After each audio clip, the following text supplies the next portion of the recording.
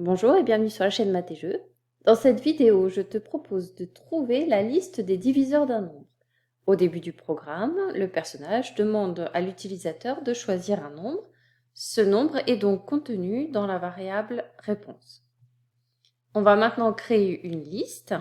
Donc je vais dans les variables créer une liste, liste des diviseurs.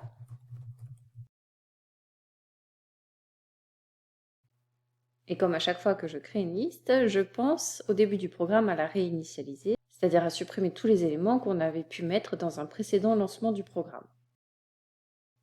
Pour faire la liste des diviseurs, je vais devoir tester tous les nombres de 1 jusqu'à réponse, c'est-à-dire jusqu'à mon nombre, et regarder si le reste dans la division euclidienne de ces nombres est égal à 0 ou pas.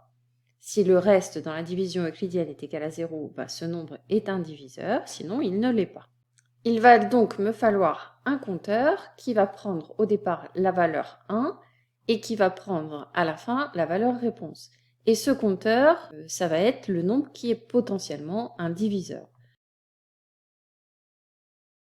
Donc, créer une variable diviseur possible. Donc, j'ai un diviseur possible et je vais répéter jusqu'à ce que le diviseur soit égal à la réponse. Il faut que je pense bien sûr à commencer en mettant le diviseur possible, non pas à 0, mais à 1. Et je penserai à l'incrémenter, c'est-à-dire à lui ajouter 1 à chaque tour de boucle. Donc je repars dans mes contrôles et je vais répéter jusqu'à ce que le diviseur soit égal à la réponse. Je vais répéter un test en fait. Je vais regarder si le reste, alors pour trouver le reste, je vais dans les opérateurs, et le reste de la division entière, c'est modulo. Le reste de la division entière de réponse par diviseur possible, c'est réponse modulo diviseur possible. Si ce reste est égal à 0, alors mon nombre est un diviseur, et dans ce cas-là, il va falloir que je l'insère dans la liste. Si ce nombre n'est pas un diviseur, dans ce cas-là, je passe au nombre suivant. Donc passer au nombre suivant, c'est ajouter 1 à diviseur possible. Et donc on a dit, si le reste est nul, alors le nombre est un diviseur, je l'ajoute à la liste. Donc j'ajoute l'élément diviseur possible à ma liste des diviseurs. On va tester le programme pour voir ce qui se passe et on va voir qu'il y a quelque chose à modifier en fait. Parce que si on regarde bien notre boucle, on va rentrer dans cette boucle jusqu'à ce que le diviseur soit égal à la réponse, c'est-à-dire lorsque le diviseur est égal à la réponse, on ne rentre pas.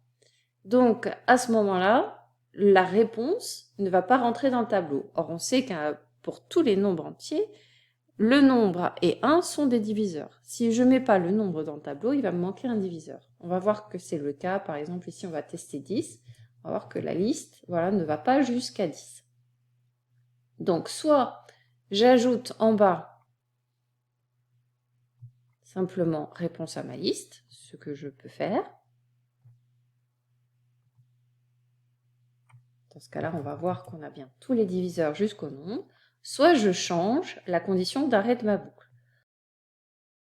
Je vais dans les opérateurs et je vais continuer jusqu'à ma réponse plus 1.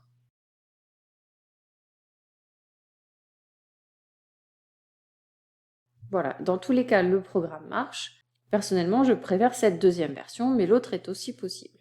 C'est la fin de ce tuto, merci de l'avoir suivi et à bientôt pour une prochaine vidéo.